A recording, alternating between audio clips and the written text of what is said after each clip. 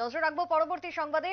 নির্বাচনের মুখে বাড়তে পারে পেট্রোল ডিজেলের দাম, এমনটাই সম্ভাবনার কথা শোনা যাচ্ছে। নির্বাচনের মুখেই দাম বাড়ার সম্ভাবনা, তবে ট্যাক্স বৃদ্ধির বিজ্ঞপ্তি জারি করতেই দাম বৃদ্ধির আশঙ্কা দেখা দিয়েছে আরো অধিক পরিমাণে। কেন্দ্রের এই সিদ্ধান্তে ভোট যন্ত্রে কি বড় কোনো প্রভাব পড়বে, বা আদৌ কি বিরোধীরা এটাকে নিয়ে ইস্যু করবে, ময়দানে নামবে, প্রশ্ন ইতিমধ্যেই উঠতে শুরু করেছে সম্ভাবনাকে ঘিরে। তবে কথা বলবো, আমাদের প্রতিনিধি অঙ্কিতা রয়েছে টেলিফোন লাইনে। অঙ্কিতা, পেট্রোল এবং ডিজেলের দাম যেটা আমরা দেখেছি যে একেবারে ক্রমশই বেড়েছে, ঊর্ধ্বমুখী, দাম কমার সম্ভাবনা খুবই কম দেখেছি।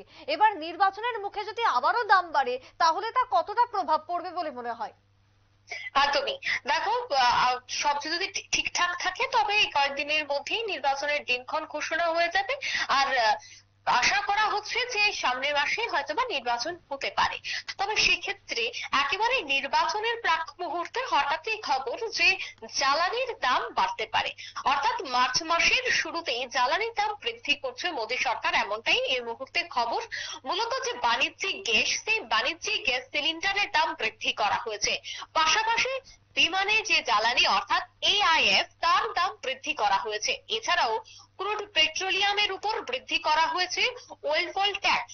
আর বৃহস্পতিবার কেন্দ্রের তরফে এই সংক্রান্ত নির্দেশিকা প্রকাশ করা হয়েছে, এবং সরকারি যে তথ্য এই মুহূর্তে প্রকাশিত হয়েছে সেই তথ্য কিন্তু বলছে যে পেট্রোলিয়াম ক্রুডে এখন থেকে প্রতি মেট্রিক টনে ওয়েলফল ট্যাক্স হবে 4,600 টাকা, যা কেনার আগে ছিল আরো অনেকটাই কম। অর্থাৎ প্রতি মেট্রিক টনে খরচ বাড়লো প্রায় 1300 টাকা। সরকারি বিজ্ঞপ্তি অনুসারে যদি বলতে হয় তবে 1 মার্চ থেকেই নতুন রেট কার্যকর হচ্ছে। আর এর আগে 15 ফেব্রুয়ারি অর্থাৎ সরকারের যে উইন্ডফল, সেই উইন্ডফল ট্যাক্সের প্রতি টনে 3,200 টাকা করে বাড়িয়ে 3,300 টাকা করেছিল। অন্যদিকে যদি আমি লক্ষ্য রাখতে হয় তবে কিছুটা স্বস্তির বিষয় কিন্তু অবশ্যই থাকছে। সেটা কি?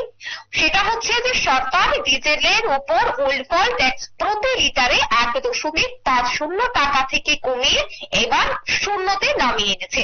তৎসঙ্গে পেট্রোলিয়াম এবং যে অত্যাবশ্যক টারবাইন যে জ্বালানি রয়েছে, সেই টারবাইন জ্বালানির উপরও কিন্তু উইন্ডফল ট্যাক্স আগের মতোই শূন্য থাকছে।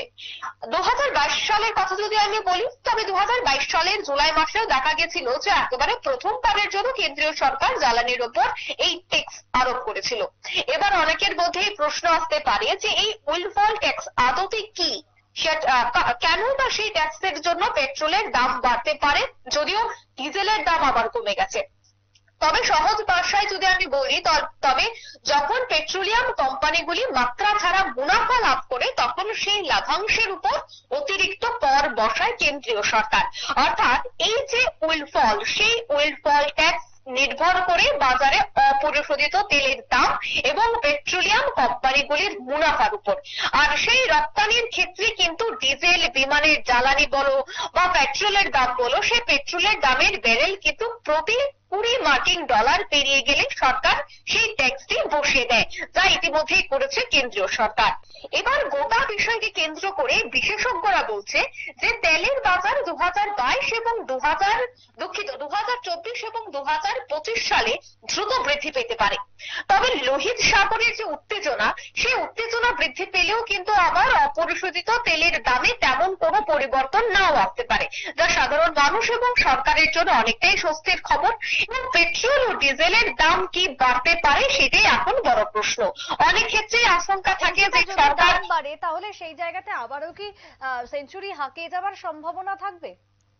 দেখো, সেক্ষেত্রে কিন্তু এই যে ট্যাক্স প্রথমে বুঝতে হবে, সেই ট্যাক্সটা কিন্তু একটা নির্ধারিত সময়ের জন্য থাকে না। অধিক যে মুনাফা আদায়, সে অধিক মুনাফা লাভের জন্য কিন্তু কেন্দ্রের এই সিদ্ধান্ত হয়ে থাকে। অর্থাৎ যে সমস্ত পেট্রোলিয়াম কোম্পানিগুলি রয়েছে তারা যখন মাত্রা ছাড়া মুনাফা লাভ করতে শুরু করে তখন কেন্দ্র এই ট্যাক্সটিকে ধরিয়ে দেয় বা এই ট্যাক্স ছাপিয়ে দেয়। তারপর যখন পেট্রোলিয়াম কোম্পানিগুলি তাদের মুনাফাটাকে কিছুটা কমিয়ে আনার ব্যবস্থা গ্রহণ করে বা কিছুটা কমিয়ে আনার সিদ্ধান্ত নেয়, তখন ভারত সরকার কিন্তু সেই ট্যাক্সটাকে সরিয়ে নেয়। তবে সেক্ষেত্রে এবার সময়ের উপর নির্ভর করবে টাকা। দেখো, যদি দীর্ঘায়ু হয় তবে ধীরে ধীরে সেঞ্চুরি কেন, তার থেকেও বেশি হতে পারে।